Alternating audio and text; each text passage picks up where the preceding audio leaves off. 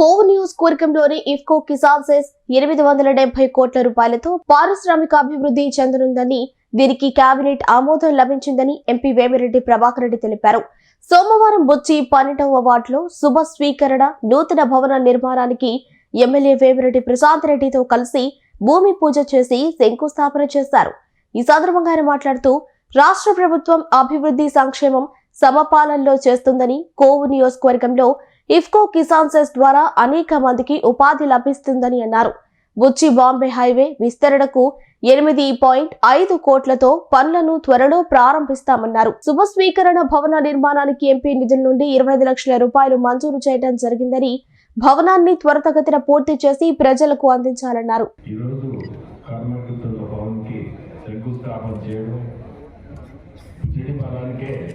అవసరమైన భవనం ఇది. తెలియని అవసరం ఇది. చనిపోయిన తర్వాత ఆ చేయాల్సిన శాస్త్రం ప్రకారం చేయాల్సిన కార్యక్రమం చాలా ముఖ్యమని చెప్తుందా. ప్రజలకు కూడా ఇది ఒక మంచి వసతి కల్పిస్తున్నారు. అందుకనే నన్ను మల్లారెడ్డి అన్న వచ్చి అడగంగానే ఇమ్మీడియట్ గా 25 లక్షలు ఎంత అవుతుందంటే 25 లక్షలు అని చెప్తే 25 లక్షలు ఇమ్మీడియట్ గా శాంక్షన్ చేసి ఇవ్వడం, ఈరోజు శంకుస్థాపన.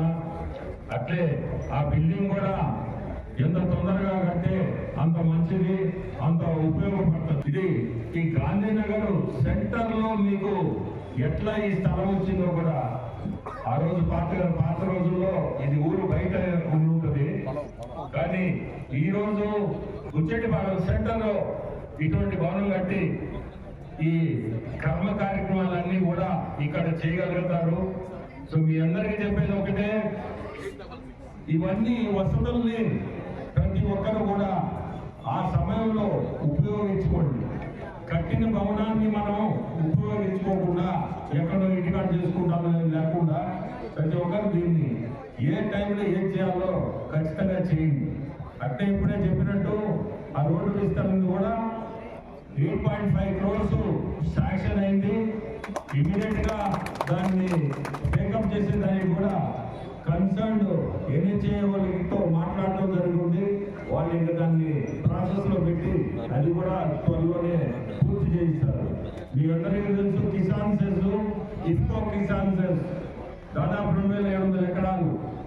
అది ఈ మధ్య క్యాబినెట్ లో దాన్ని డెవలప్ చేసి ఇండస్ట్రీస్ కి ఇవ్వాలని దాదాపు 870 కోట్లతో దాన్ని ఆ సెస్ ని డెవలప్ చేయాలని గవర్నమెంట్ ఈ మధ్య మన ముఖ్యమంత్రులు డిసిషన్ కూడా తీసుకున్నారు క్యాబినెట్ లో. మనందరం కూడా ముఖ్యమంత్రులకి ధన్యవాదాలు చెప్పాలి. ఎందుకంటే ఇది కోర్ కాన్స్టిట్యూన్సీలో వస్తుంది. ప్రతి ఒక్కరికి కూడా అది అవసరపడుతుంది. ఉద్యోగాలు కానీ ఏదైనా కానీ ప్రజలకి అవసరపడే సెస్ అది. సో దాన్ని మనం ఇండస్ట్రీని తీసుకొచ్చి ఎట్లయినా నిరుద్యోగం అనేది మీ అందరికీ తెలిసి ఎంత ఇబ్బందులు పడుతున్నారు. ఇటువంటి వస్తువులు దాదాపు నాకు తెలిసి ఆల్రెడీ ఒక 3 ఇండస్ట్రీస్ కూడా దాదాపు నాకు తెలిసి ఒక 700-800 కోట్లతో 3 ఇండస్ట్రీస్ కూడా రాబోతున్నాయి. అక్కడ దాదాపు నెక్స్ట్ మంత్ ఈ మధ్య రోజులు కాదన్నారు, నెక్స్ట్ మంత్ ఫిబ్రవరిలో కానీ అట్లా శంకుస్థాపన స్టేజ్ కూడా రావాలి. అక్కడ ఆ ఫ్యాక్టరీ వచ్చిన తర్వాత మనము గుచ్చిరెడ్డిపాలెం మండలం అయితేవి, కోవూరు అయితేవి, ఇటువంటి ఏరియాస్ అంతా కూడా ఉద్యోగాలకు కూడా ఒక ఆ ఏరియా వాళ్ళని లేకుండా కొంతమందిని ఈ మండలాల నుంచి కూడా మన ఉద్యోగాన్ని ఇప్పించే పరిస్థితి కూడా వస్తుంది. అది ముందుకి మనం ఇటువంటి కార్యక్రమాల్లో ఇవన్నీ కూడా ప్రస్తుతం మన గవర్నమెంట్ అభివృద్ధి సంక్షేమం అనే 2 పదాల మీదనే నడిపిస్తున్నారు. మీ అందరూ చూస్తున్నారు కూడా.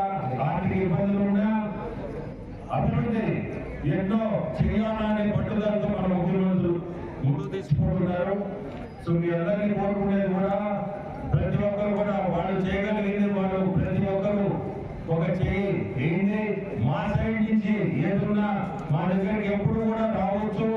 మీ అందరినీ కూడా ఇప్పుడు కూడా చూసుకుంటా మన కోర్ కాన్స్టిట్యున్సీ నుంచి దాదాపు రోజు ఒక 200 మంది తక్కువ లేకుండా సమస్యలతో డైరెక్ట్ గా వస్తున్నారు. అదే కరెక్ట్ రావడం పద్ధతి పడి ఈరోజు ఉండే పరిస్థితుల్లో ఎవరు కూడా దానికి మొహమాట పడి మన పోయి అడిగేది ఎందుకు అడగకూడదు లేకుండా సమస్యలు ఉండే వాళ్ళు ఖచ్చితంగా తీసుకురాండి మీ ఎమ్మెల్యే గారు. సో అందరికీ కూడా ధన్యవాదాలు. ఇది ఎంత తొందరగా కడితే ఈ కైలాసభూమి కమిటీ చైర్మన్ అనుకుంటా మన వలన మీ అందరూ కూడా ఎంత తొందరగా కడితే అంత మంచిది. మనం ఎలక్షన్ టైంలో ఎక్కడ క్యాంపెయిన్ పోయినా ఈ కైలాస భూములు సమస్యలు నాకు ఎక్కువగా కనిపించేవి. ప్రతి దగ్గర కూడా శ్మశానానికి స్థలం లేకనో, స్థలం ఉంటే గోడలు లేకనో, గోడలు స్థలం అన్నీ ఉంటే కర్మవృత్తులు చేసుకోవడానికి భవనాలు లేకనో ఇలాగా ప్రజలు చాలా ఇబ్బంది పడుతున్నారని చెప్పి నాకు చెప్పడం జరిగింది. కోవిడ్ కాన్స్టిట్యున్సీలో ప్రతి మండలంలో కూడా మనం ఈ శ్మశానాలు పునరుద్ధరించడానికి ఎక్కడైతే కాంపౌండ్ వాల్స్ లేవో, ఎక్కడైతే స్థలం లేదో, ఎక్కడైతే ఇట్లా కర్మకుతూ భవనాలు లేవో వాటికి అన్నిటికి కూడా చాలా దగ్గర మన ఎంపీ గారి సహకారంతో సిఎస్ఆర్ ఫండ్స్ అయితేనేవి, ఎంపీ వార్స్ అయితేనేవి ఏదో ఒక దాంతో మనం వాటిని చేసుకుంటూ వస్తున్నాం. ఈరోజు ఇక్కడ బుచ్చిరెడ్డిపాలెంలో ఇక్కడ ఉన్న ఈ శ్మశానం పక్కనే ఉన్న ఈ స్థలంలో కర్మకృతులు భవనానికి ఎంపీ గారు 25 లక్షలు ఇవ్వడం జరిగింది. దాన్ని మనం ఇది ప్రస్తుతానికి మనం కర్మకృతుల భవనంగా నిర్మించుకుంటున్నాం. పార్థివ దేహాలకి ప్రత్యామ్నాయంగా మనం వేరే ఇంకెక్కడన్నా చూసి దాని తర్వాత మనం అందరి సహకారంతో మనం ఎక్కడ పెట్టుకోవాలో చూసుకొని మళ్ళీ దాన్ని కూడా మనం వేరే విధంగా నిర్మించుకుంటామని చెప్పి మీకు అందరికీ కూడా నేను తెలియజేసుకుంటున్నాను.